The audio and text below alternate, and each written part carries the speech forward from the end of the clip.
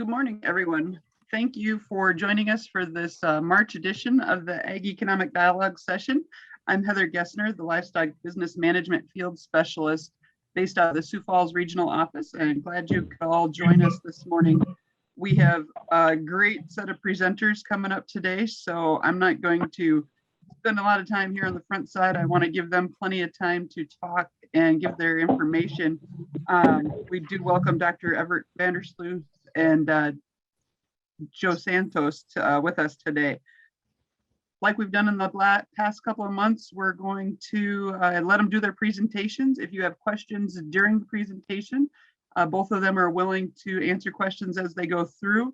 But at the end, we will also turn the recording off and you can ask your questions and we can have some dialogue and feedback that way as well. So without any further ado, I'm going to turn it over to Evert, and he's got his slides up. Everett, if you wanted to hit the slideshow mode, then we wouldn't see what's coming next. But you can see my slides. Yeah, I can see your screen, and we will go from there. Okay. Now we got your note section. Yeah, that's no good. I was hoping to. Okay, I'll just give me a second. Okay, I'll do it this way. I knew I was going to get in trouble with this. And now I can't see. Yeah, I don't have slides at this point. I know. How do I get back to? I think you need to share. Well, I know, but my menu is gone now. So, okay, new share. This one. Does that work? Yes. Yep. Okay. Yeah, I'm like the only student on here. Okay, so I'll get started. Can you see my screen okay? That looks good. Thank you. That looks good. Yeah. So, good morning, everyone. So I have a lot of slides in a very short amount of time, but there really isn't enough time to really talk about the what I've called the Russian invasion of Ukraine implications for the ag and food sector. And most of the information that I have is collected from various other sources. There's very little original thinking in here, including from other presentations that I've attended, and then just the plain old what's been described in the media and what I know about Ukraine from my own experience. So I'm going to talk about some basic data. I bring in a little bit of history, look at some economic numbers, talk about crop and livestock numbers, and then I have some concluding comments at the end. Really, the bottom line on this is I think that especially the crop sector will be will have great implications for the trade in agricultural products, and the livestock sector less so. And then when it comes to crops, in particular, the wheat crop, and then less so the corn crop. So again, feel free to interrupt anytime if you have any questions. I feel like my screen is kind of cut off here, and I don't. Recording in progress. There, that's better. Okay, so what I have here is some basic, some simple numbers about mainly focusing on Ukraine, but I also bring in Russia. Again, throughout the entire presentation, I talk about both Ukraine and Russia, but I will particularly talk about Ukraine. So Ukraine, as you've heard in the media, has about 44 million people. One thing that stands out to me is if you look at the time of the fall of the the USSR, the Soviet Union, at around 1991 or so. Since that time, Ukraine has lost population in the amount of close to 20%, and that's a tremendous number. We hear about Russia losing population, but the numbers that I've highlighted here point out that Ukraine has lost an even greater share of its population. And so I think that's an important number to keep in mind as to where Ukraine has come from, the kind of problems that it has gone through, and so on and so forth. I'm going through, some very quick background numbers here.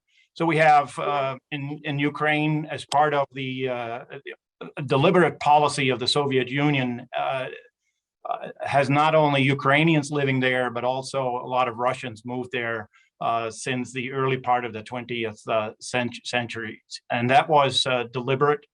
And as a result, there's a lot of Russian speakers also. I've listed the main cities here that we've all become aware of as we look at news reports and so on. At that lower map, it's a little bit deceiving. That comes from the CIA World Fact Book. Actually, Ukraine, in terms of latitude, is actually located higher up, so to speak, further north, more at around Ontario, as I'll mention in a little bit. So real GDP per capita in 2020 was around $12,000, and you can see what that compares to when it comes to when we look at the United States and Russia. So it's a relatively poor country, although it has undergone a lot of change for the better, especially since 2014. One of the things a couple of the things that stand out in when it comes to the history of Ukraine are two things. One is the tremendous number of people that perished under Stalin. This man-made famine in the 1930s. Over 4 million people died, and then in the Second World War, an estimated 5 to 7 million Ukrainians died, and that included 1.5 million Jews. And so Ukraine has suffered tremendously, and that may explain in part why people are, of course, so well, if not organized, but at least highly motivated to chase out the invader. Since 2014, there's been a lot of political and economic reforms, institutional reforms also. They tried to build more ties with the European Union and make their economy more competitive and build a more liberal democracy. But they've been held back by the aggressive neighbor, so to speak. And then also they've been held back by a very bad level of corruption.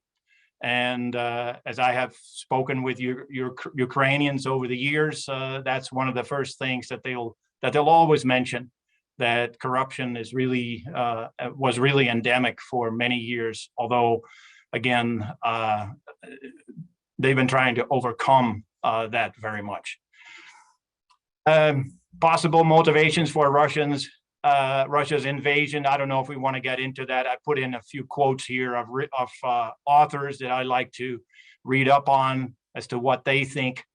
And Timothy Snyder, who's a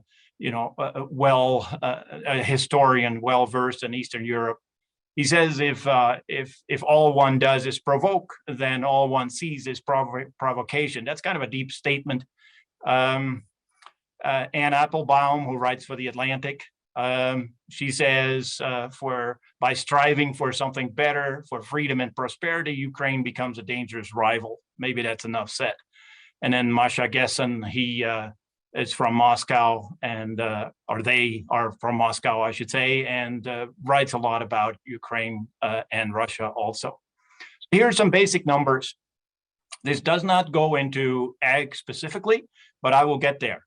So you can, I want to include these numbers to show you how Ukraine has changed. And so this first chart shows how Ukraine's ties with the European Union have really increased at the expense of its ties with Russia. So you can really see how a lot more exports are going to the European Union, or have been going to the European Union. And again, that comes at the expense of the Russian Federation's exports, or the exports to Russia.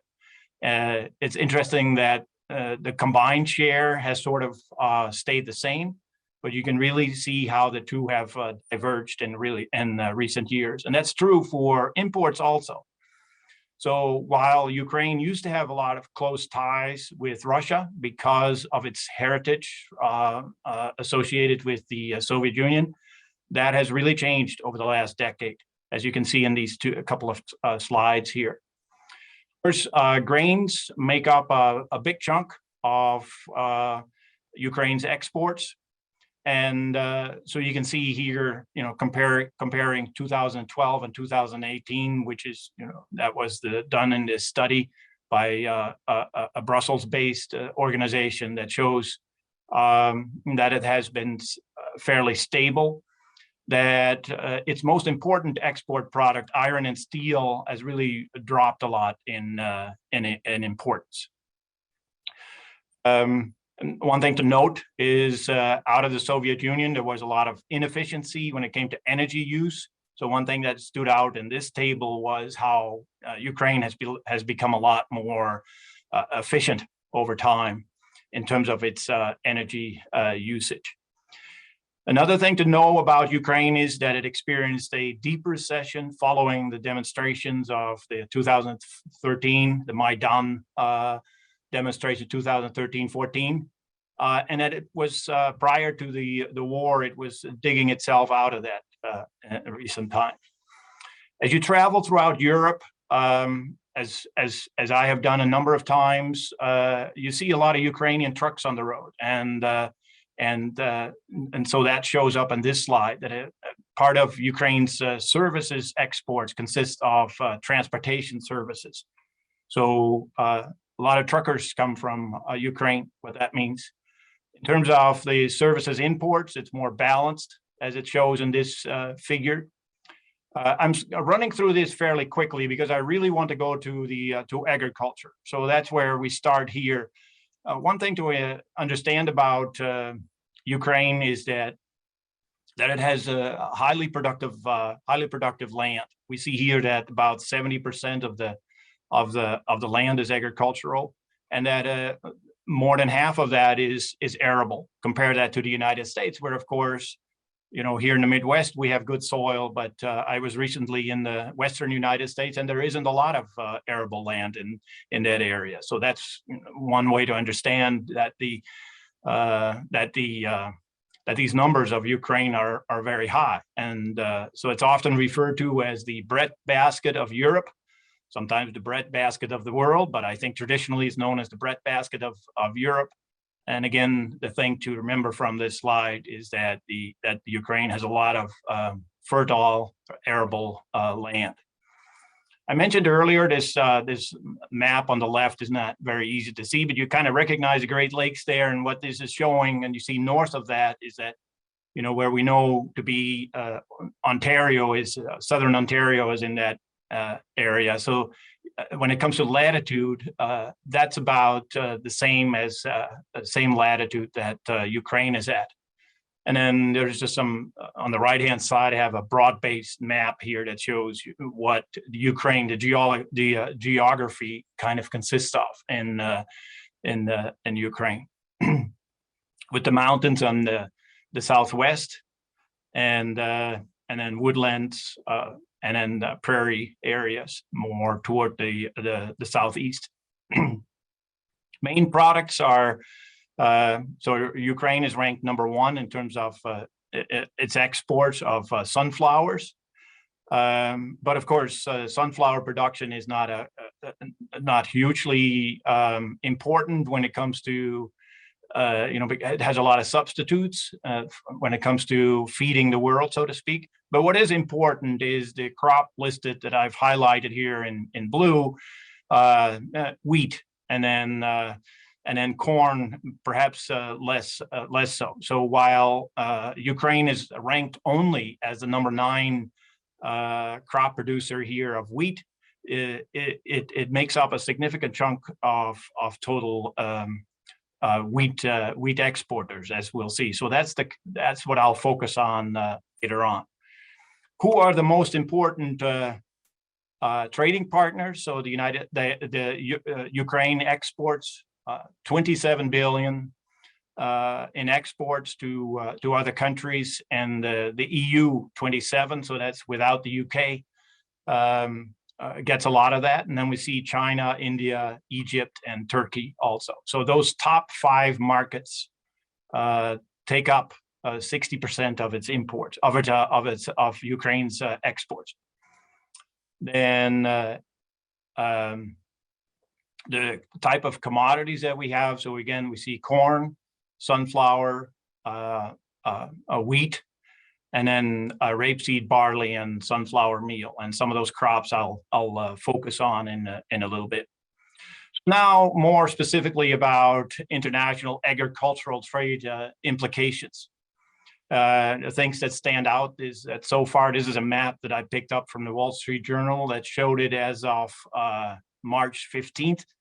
And we see that Kharkiv, the second largest city of Ukraine and up in the northeast, is pretty well cut off. And then we have Mariupol, that has been in the news a lot, of course. And then previously we had Donetsk. Donetsk was already surrounded by Russian-supported troops. And Cargill already had a facility there within 30 miles of Donetsk, and so they have already a facility, had already a facility that was subject to Russian supported control. And then in recent times, or what we can see, well, Cargill is active in Ukraine, and then ADM and Bungie, and less so CHS, and you can see on this slide the number of employees that have been affected. But of course, what's important for us also is, these plants have been shut down, at least for the time being. And so that means grain is not going out. And that has clearly implications for the rest of the world. I bring in this slide. We hear about refugees. We talk about economics and so on and so on, but it seems kind of calloused to talk about that without mentioning the human suffering in all of this. And so I wanted to remind myself and everybody else about it's good to talk about the dollar amounts and the concerns about grains, etc., but to remind ourselves that there's a lot of human suffering going on at this time. So, and not just because of the refugees that are showing up in other countries, but of course, especially the people who are left behind there in Ukraine. One of the things concern is Ukraine's ability to produce crops. So first and foremost, of course, farmers are in mortal danger. And so that's going to make it difficult for them to produce crops. So, and as the war continues, then Ukraine won't be able to produce the usual amount of commodities that normally Ukraine will put on the market. It so happens that its most productive land is in the east, where and the east has been most vulnerable to Russian attacks. But we see, we've seen that that's going on in the north and toward the Black Sea also. One of the interesting things is that most of the crops are planted in April and May. Only wheat and rapeseed were planted last fall. So a lot is going to depend on the harvest time, let's say come July, August, to see where things stand at that time, of course.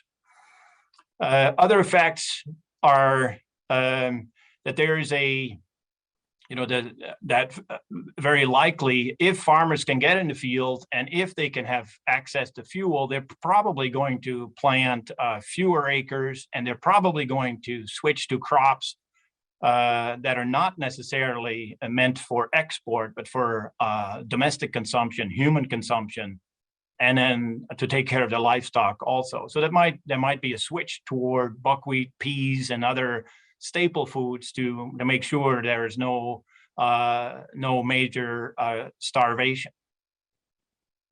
Now I'm going to focus on the individual commodities, and I see that it's already 20 after, and so I'll try to get through this and focus on the main crops only.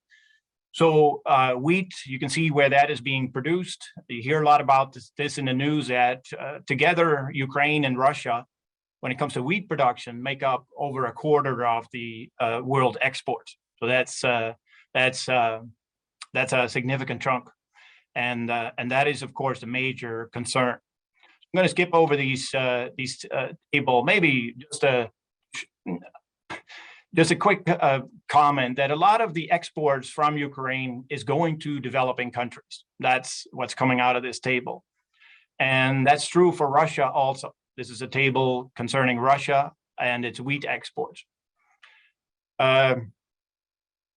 So total exports make up over a quarter of all wheat exports, and that's a major concern, as we can see in this table. And the countries that are going to be affected are the ones that are listed on this slide here, as are some other, especially developing countries. And we hear a lot of worried voices about what that is going to mean for global food security. Quickly about corn, same kind of thing. Format-wise, you can see where corn production is taking place a little bit further north, and then jointly Ukraine and Russia make up about 16% of global exports. One of the interesting things is that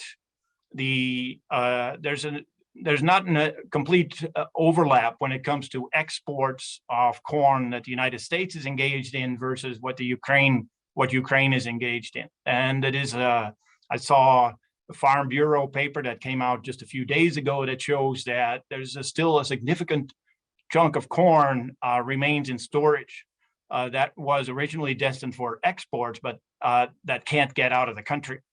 And that Ukraine is basically sitting on for now. You see these numbers, again, less so than wheat, but corn can have a major impact also as the war continues, and particularly for the countries, that rely on these Ukraine's exports as that are listed here in the back.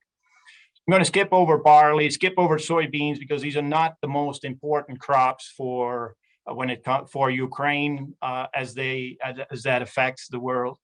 Sunflower seed, yes, Ukraine is an important one when it comes to sunflower production, as it is for rapeseed production. But again, this is not, when it comes to the total oilseed production, it's an important set of important production from Ukraine's perspective, but not necessarily for the world as a whole.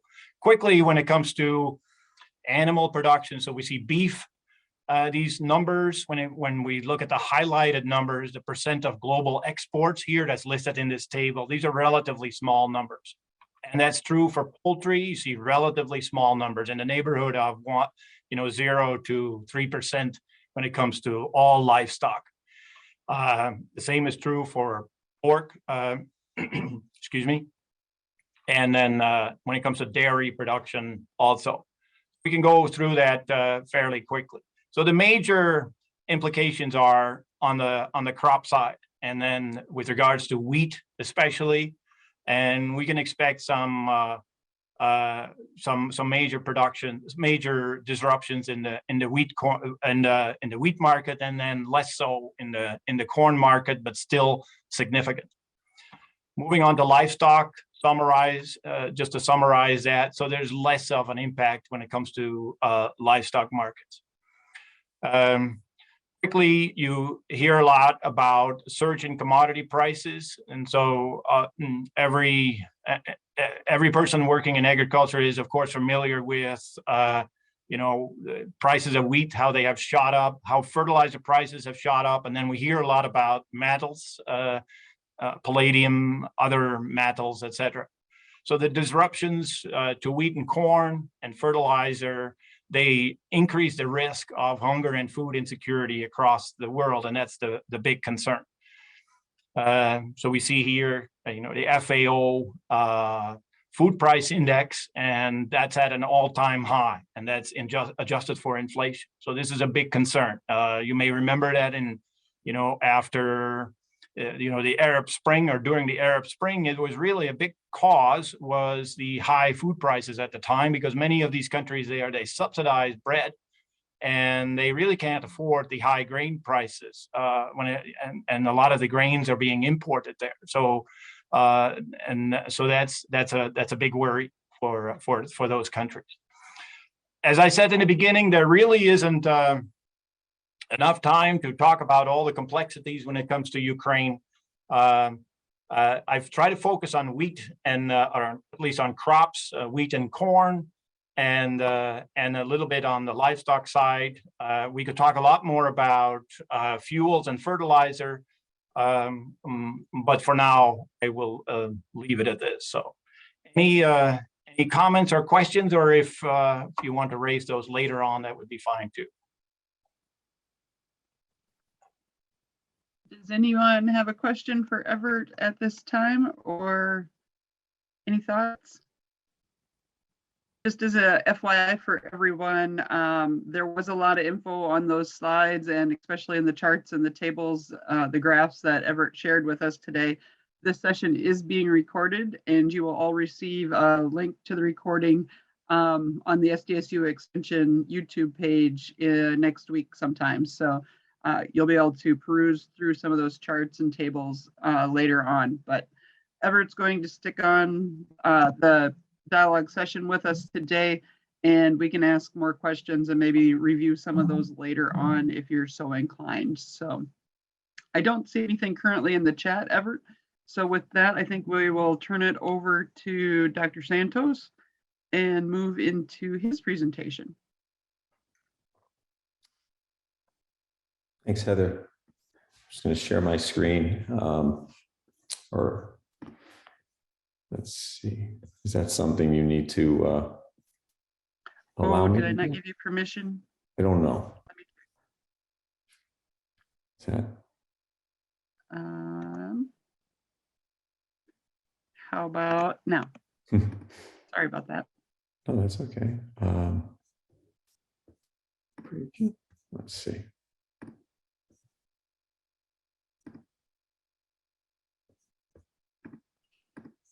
All right, 1 second. There seems to be.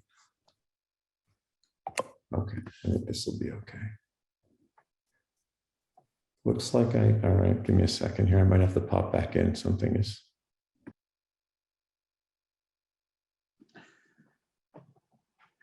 Okay, so while Joe is gone, before you log off today, I do have a quick poll for you. There's 2 questions, so if you could stick around and answer those 2 questions before you would log off at the end of the day, I would greatly appreciate that. Here comes Joe back into the room. We'll get him set up. Okay. All right. Good. I think we're good now. All right. So you can see that? Yes. Okay. And you can hear me okay?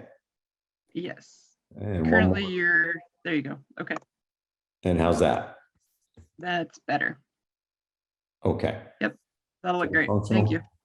What's that? That'll work great. Okay. And good. That works too. All right.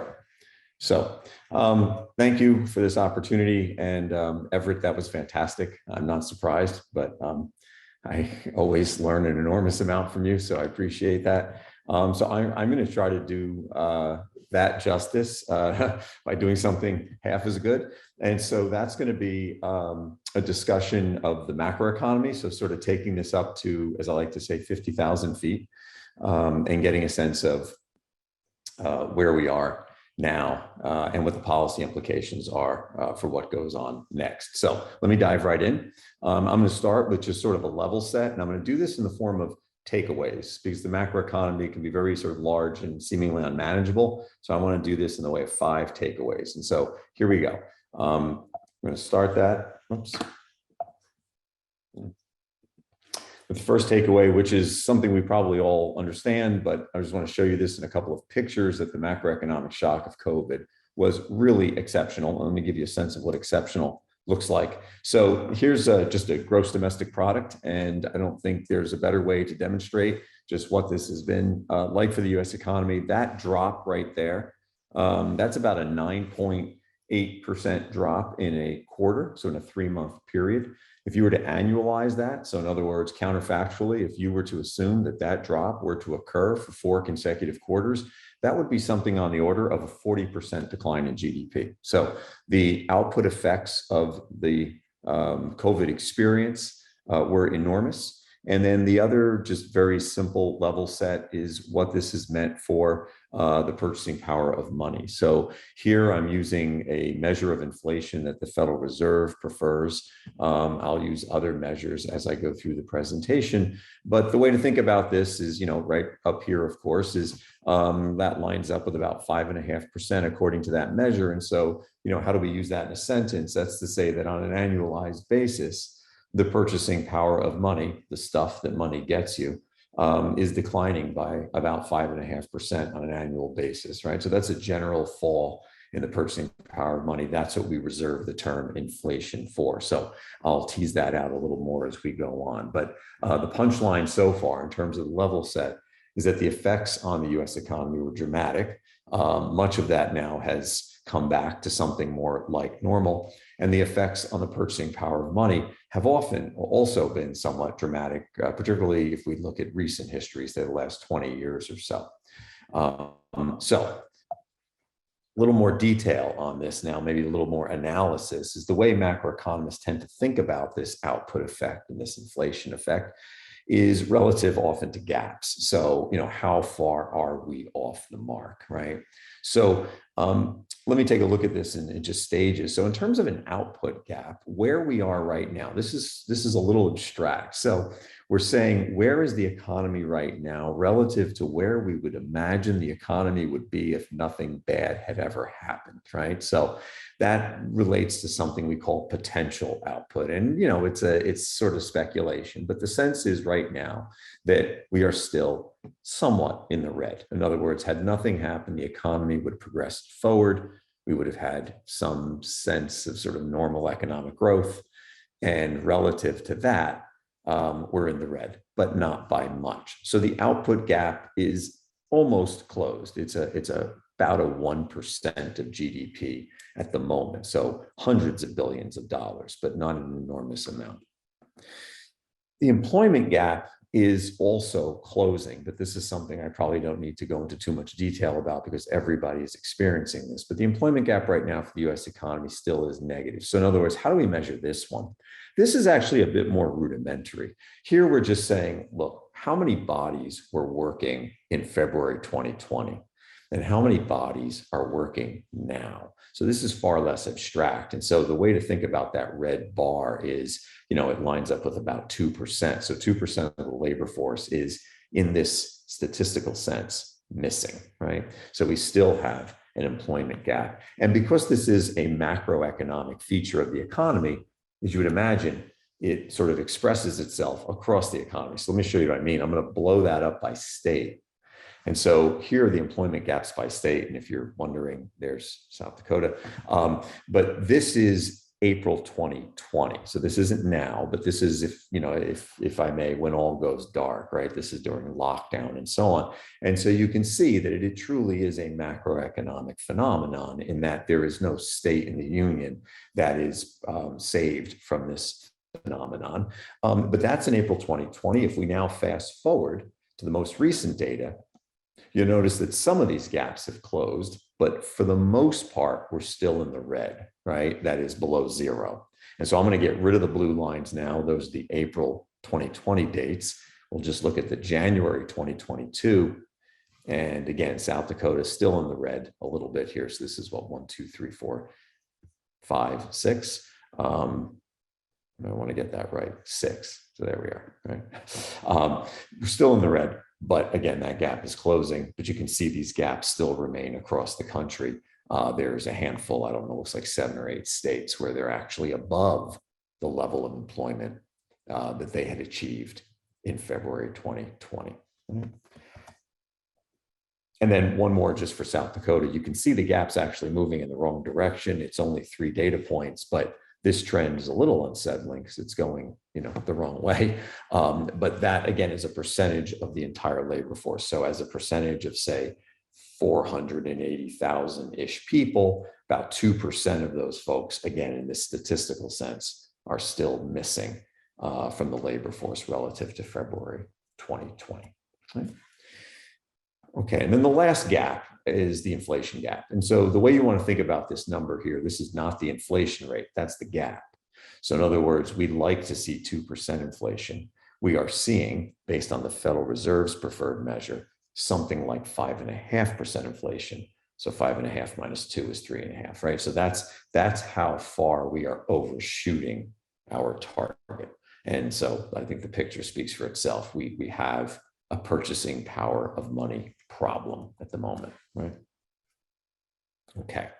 So the second takeaway is that at least until recently, a lot of these inflationary pressures have reflected supply constraints. And this means quite a bit to a macroeconomist. Let me just mention, sort of fill this in with some context.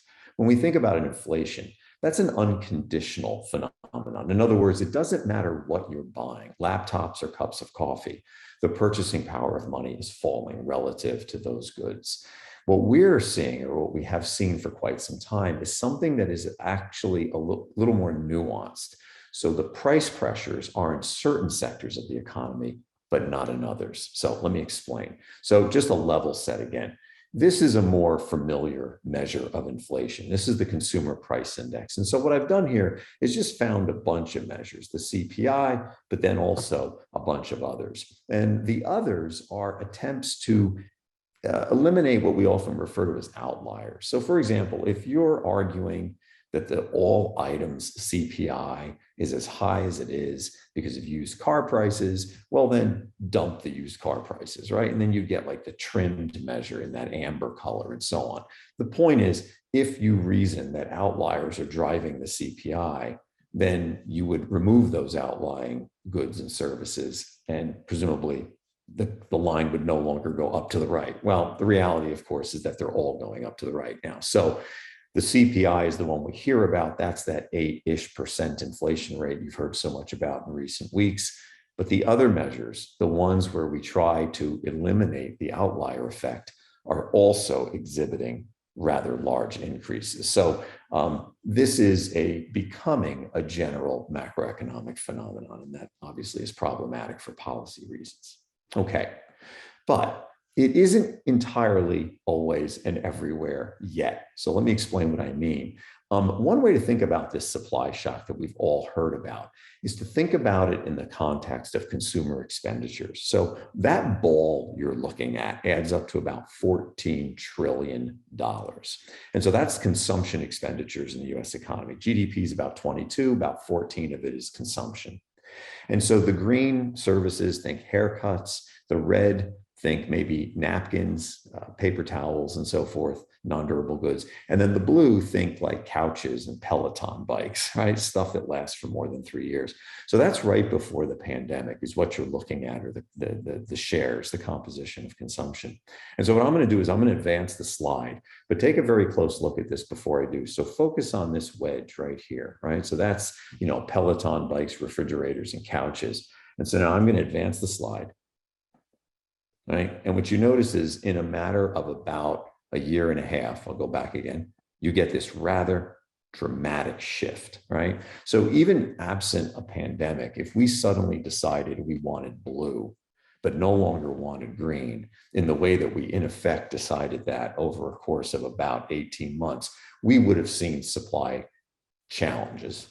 And then add to that, that much of GDP is produced by labor, and labor is vulnerable to the virus. And then you get the sort of supply problems you've seen. Well, if we go back now to inflation rates and we look at inflation rates of green stuff and inflation rates of red stuff and inflation rates of blue stuff, you notice that you see patterns you would expect to see. And that is the total CPI is there in blue. But if now we just look at the three wedges, so the goods, the Peloton bikes, the refrigerators, and the couches, that has seen enormous increases in prices. But again, this sort of makes sense, right? Because that's the sort of stuff that relies on the supply chain in very elaborate, complex ways. And then we look at the non-durable goods like, paper towels and toilet tissue. And that also relies to some extent on the supply chain. And that also experienced this, shock in preferences.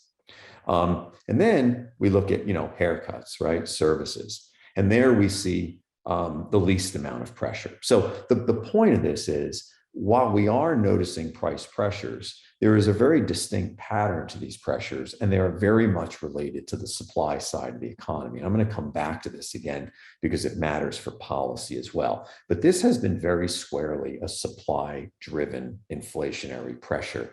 And again, you can see that in these data. The other really interesting way to see it, I think, and for those who are wondering, how is this like 1970 something, or how is it not like 1970 something? I have a picture here that includes 1970 something, right? So we could now look at then versus now. And what you notice is that this blue line is doing something very different right now versus what it did before. All right, so what is the blue line? The blue line is, think about it as the price of couches or refrigerators or durable goods in general over the price of services, haircuts.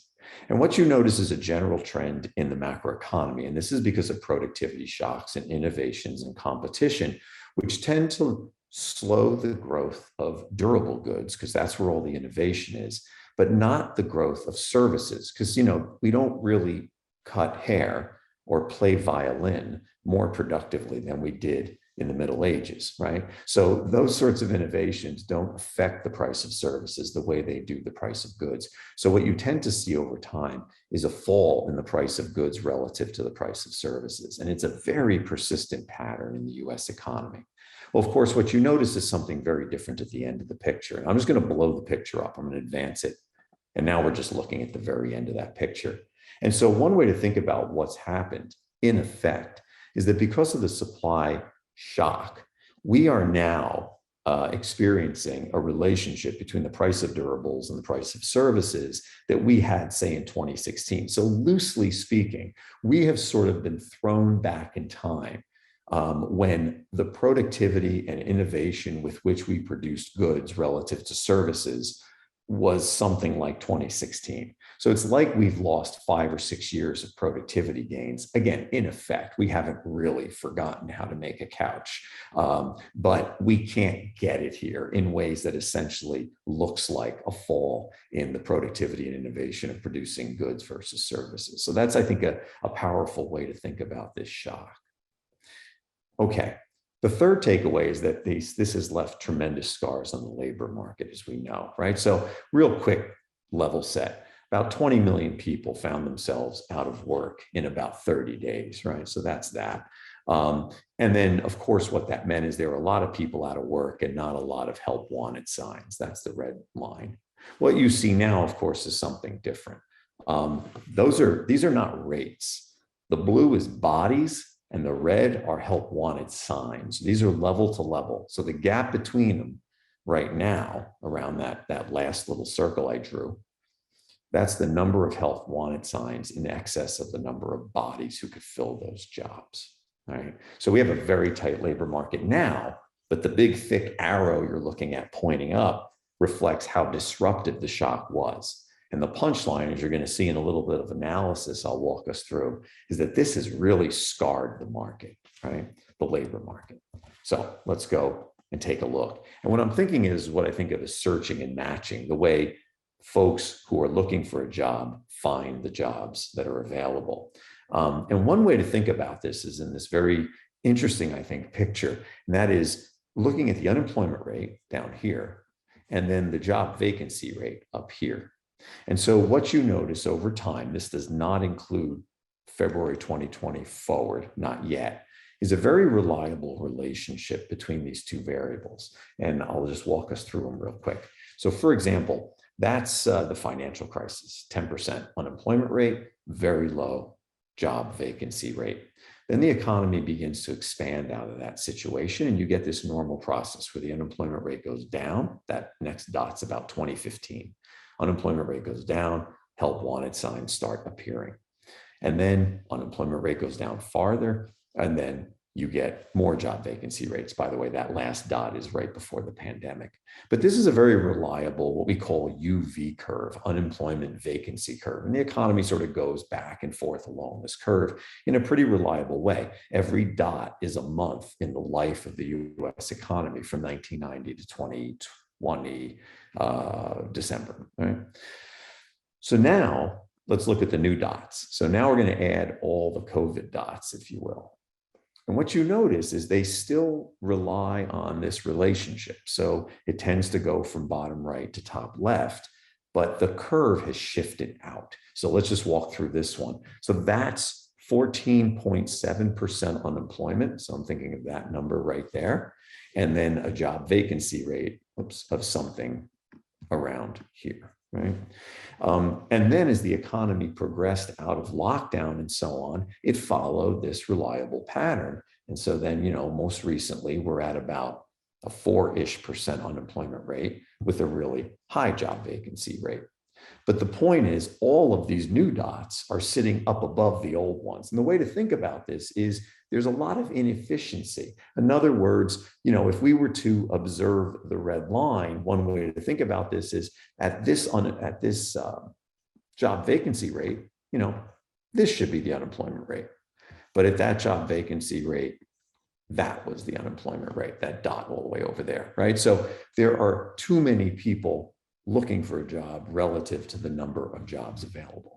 And that has something to do with the disruption in the labor market caused by COVID. It probably has to do in part with childcare. It has to do with elder care. It has to do with relocations of people and businesses. But a lot happened when 20 million pieces of confetti were thrown up in the air. And 20 million pieces of confetti didn't fall right back into the palms of the hands of the person who threw it up in the air, right? Of course. And so there's been this enormous disruption. And that explains to some extent the labor shortages.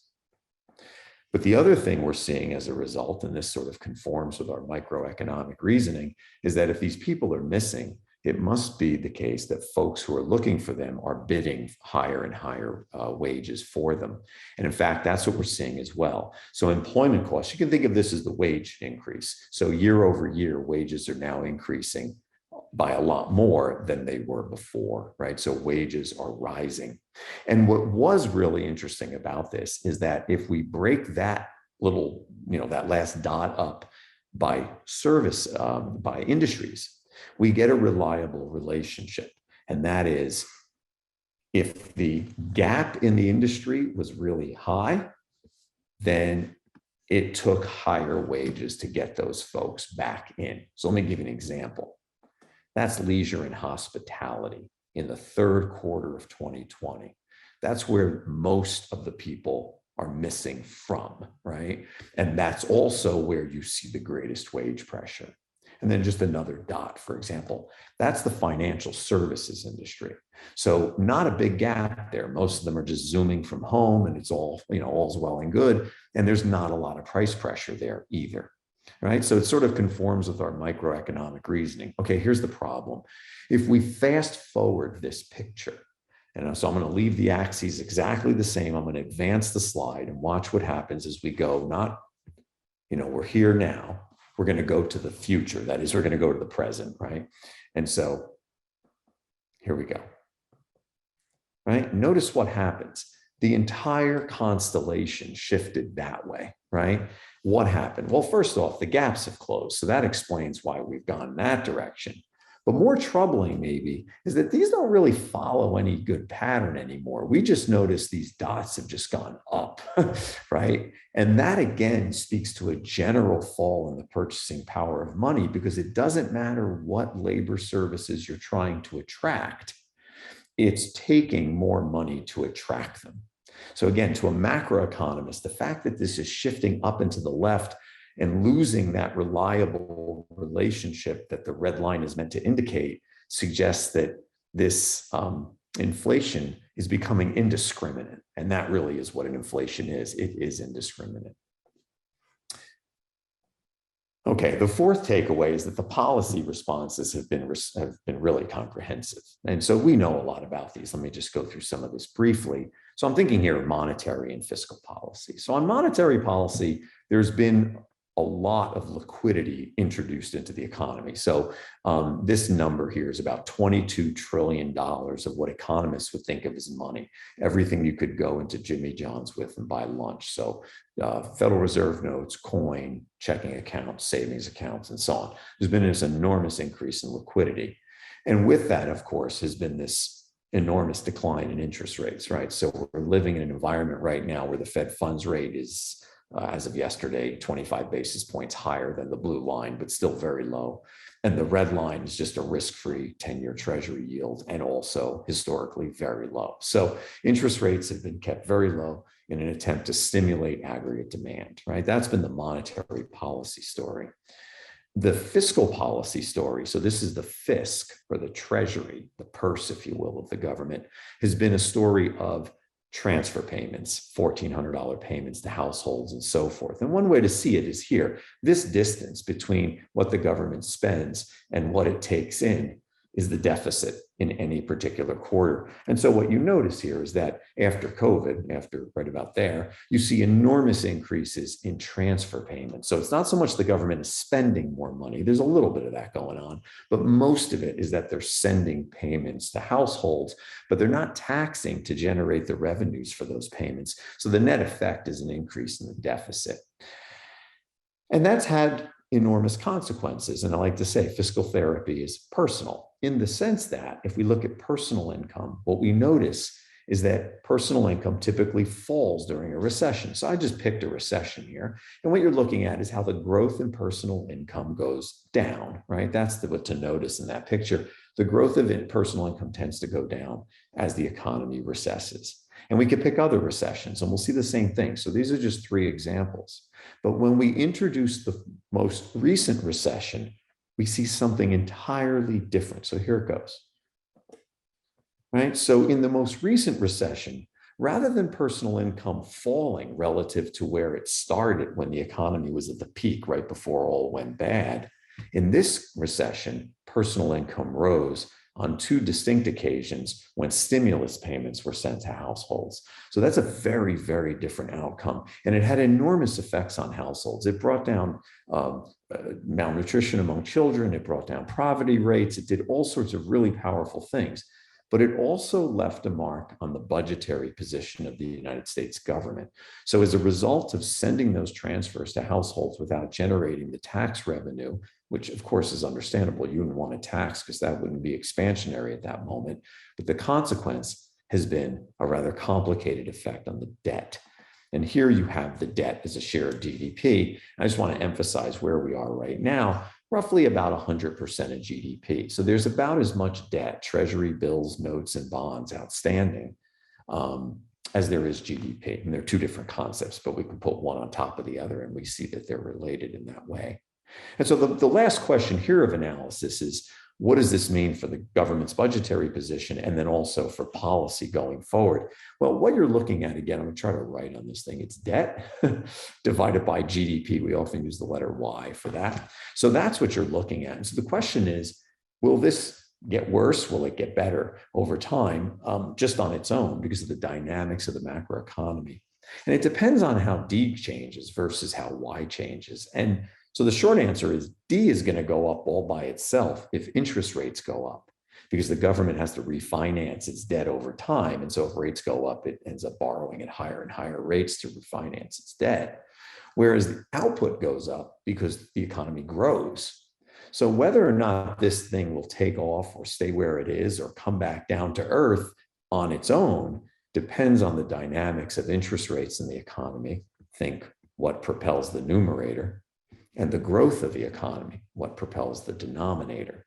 So lastly, I just want to show you this comparison. So we're going to look at interest rates, what makes this go up on the top, and growth rates of the economy, what makes this go up on the bottom, right? So here it is. So here's the interest rate, first of all. So it's just a government borrowing rate over a really, really long period of time. And then how does that compare to what I'm going to call G, the rate at which the economy grows? So right now we're in a situation where this G is actually above R, the interest rate. So in plain English, at the moment, the economy is growing out of its debt. So that's good because it means that no matter what the rate is at which the government is refinancing its debt, the economy is winning in the sense that it's growing even faster. So anything below, this is just a visual aid, but anything inside that curtain is good for the government's fiscal position. But of course, what you notice is that there are many circumstances, including when the government last fought inflation aggressively, when interest rates rose above the growth rate of the economy. So if that phenomenon were to repeat itself now, in order to fight this inflation, government raises interest rates above growth rates of the economy, that could be problematic for the debt. That is the debt to GDP ratio. So that's something to consider. And then finally, the last takeaway is really short, is that because supply shocks were behind all of this, what this means for policy right now is really, really tough. So I'm going to do what every economist does when they need to explain something. I'm going to revert to demand and supply. And so you can think about gross domestic product over here. So we like that to go that way. And you can think of inflation over here. And, we like that to go, whoops. We'd like that not to go that way, is what I meant to say. So what's happened? Well, the pandemic has introduced essentially this, a leftward shift of that supply curve. And what that's imposed on us is what we've now reviewed. We have inflation higher than we like it. That's that inflation gap. And we have output lower than we like it. That's the output gap. And so the question now is, what do policymakers do? And policymakers only control aggregate demand. That's all they have. They can't fix the supply chain. So the question is, does the policymaker now, does the Federal Reserve and so forth, bring that demand down? And that's what they seem to be suggesting by raising the Fed funds rate. And that'll perhaps solve the inflation problem.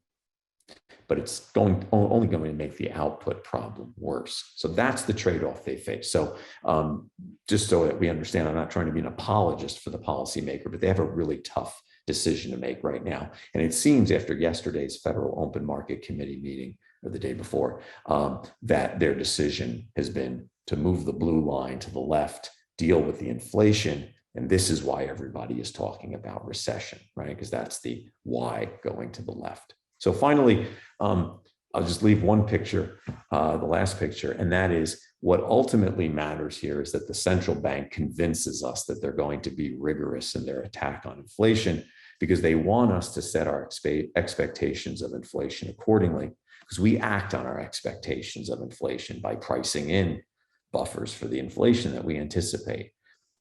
Last point. Right now, it seems that inflation expectations are reasonably well anchored. We may be seeing 8% inflation in the CPI, but it doesn't look like financial markets are anticipating that 8% is a new normal. So that's actually an optimistic note on which to end. And so I'll end there.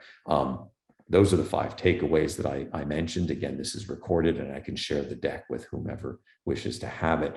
And then finally, I'll just say thank you and open it up for Q&A.